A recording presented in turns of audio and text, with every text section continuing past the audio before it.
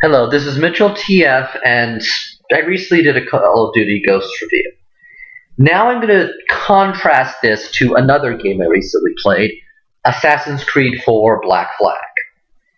Like Call of Duty Ghost, it's part of a sequel that's coming out with a new game every year, and they're honestly to an extent repetitive.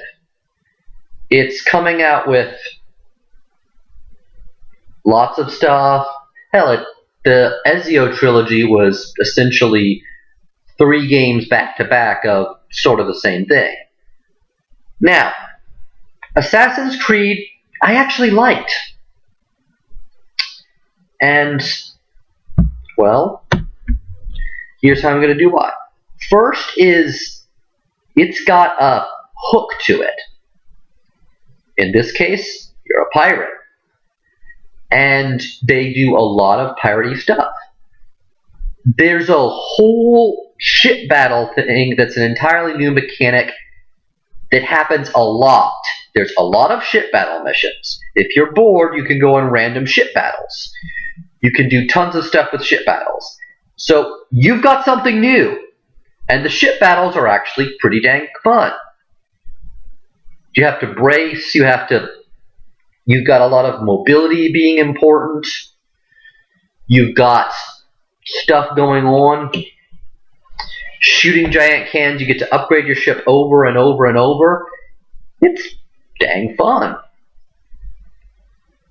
The whole game isn't ship battles, but it's enough that if you get bored by stabbing people in the back, you can do ship battles.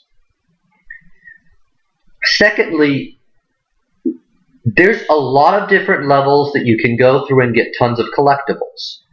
If you're ever bored by one thing, you do one of the other 12 things going around. And finally, the story's good and moves forward. I'll admit that it is simply sort of a reboot, with Assassin's Creed 3 sort of putting the Desmond Miles trilogy to rest. This new one's starting with a new character who's sadly another silent protagonist. Now, I complain about that in Call of Duty. In this one, it's a bit less bad because there's fun stuff to discover. The characters around the person are interesting and actually have personality. They're people who can really move the story along. There's real, honest, oh crud reveals. The character gets to be, in a fun way, manipulated and used, but at the same time it also shows a lot of cool stuff going on. Unlike in the previous games, you're essentially playing as a Templar. A very, very low-level Templar, mind you. But this gives you better insight on how the Templars work, and it's rather fun. Avastrago Entertainment gives some sort of pokes fun at itself, too, since you play as a person working at Avastrago Entertainment, only you're making a rather different sort of game. Specifically, the exact kind of game Assassin's Creed is trying not to be. You're making a game where I just can't explain it, but you're making cheesy Hollywood-style cash-in games that they're bad. You get to see them and they're bad. But they're bad in a funny way. And the actual plot itself's pretty good. Now, while the silent protagonist in the real-life section is good, your protagonist in the memory section, he's not silent, and he's got a good personality. A good personality is that he's a bad person, and the game knows it. He's selfish, and he makes wrong choices. He's only in it for the cheap thrill, but at the same time, he is doing the right thing for the wrong reasons, usually. So you can empathize with him, but at the same time, you can see how his karma's beginning to get troublesome. Something bad's going to happen to him by the end of things. This is, to an extent, a tragedy. And while you have to read the tie-in novel to see the final thing with the tragedy, enough tragic stuff happens to him that you can realize it's good. And it's a Greek tragedy to a good tragedy. This isn't just bad things happen to him because we want to screw with him. I've seen that in a few other works, the most recent of which was The Strange Talent of Luther Strahd. In this, it's a tragedy where he clearly makes choices, and if he hadn't made these choices, the bad things that happened to him wouldn't. Not only that, but he has a chance to make good choices of, you can just walk away. There's nothing keeping him from walking away. He chooses to become a pirate. He chooses to stay a pirate because he wants to be rich forever. Even if it hurts the people he's with, he chooses to do it. The reason the assassins use him as an ally because, well, he's good at what he does, even if he's making the wrong choices. And you've got good people with him. Blackbeard's fun because they give him a unique portrayal. He's not a card-carrying, daughter-murdering villain with no sense of personality. He's actually portrayed as apparently he was in history. He's a guy who purposely looks like he's evil. You know what? Perhaps if we're going to make these people... Okay, you know what? He's the Dread Pirate Roberts from The Princess Bride. He's, I am Blackbeard! I leave no survivors of any who go against me.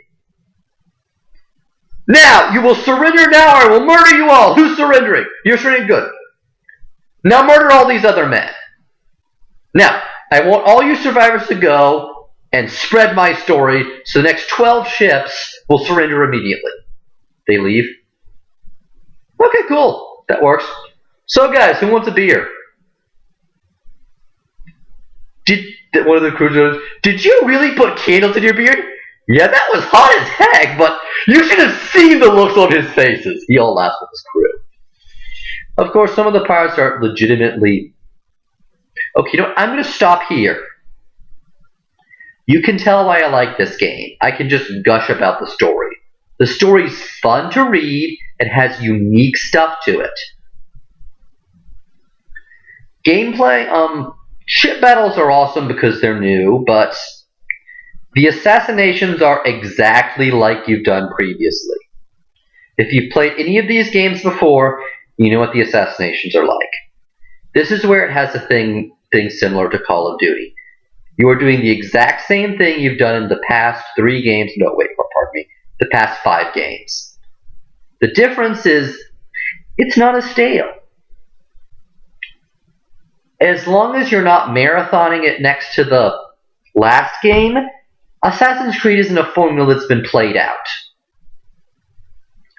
Yes, the dodge counter formula has been done in a lot of other games, but it gives it enough twists. Being able to pull out a gun and just shoot the guy is kind of nice. Dart gun's not new, but also has a nice quirk to it. But it is a game that can reach saturation point. But it's not a game that comes across as, this is bad from the start. If you try to marathon Assassin's Creed series, you're going to get tired of it.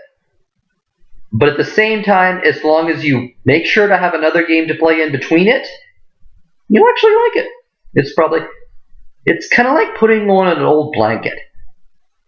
You know how, or getting in a bed that you've had for years. You know how it feels, and it leaves you feeling just sort of comfy. It's not revolutionary, but you like it. And again, it has a story that's good enough to make up for the flaws.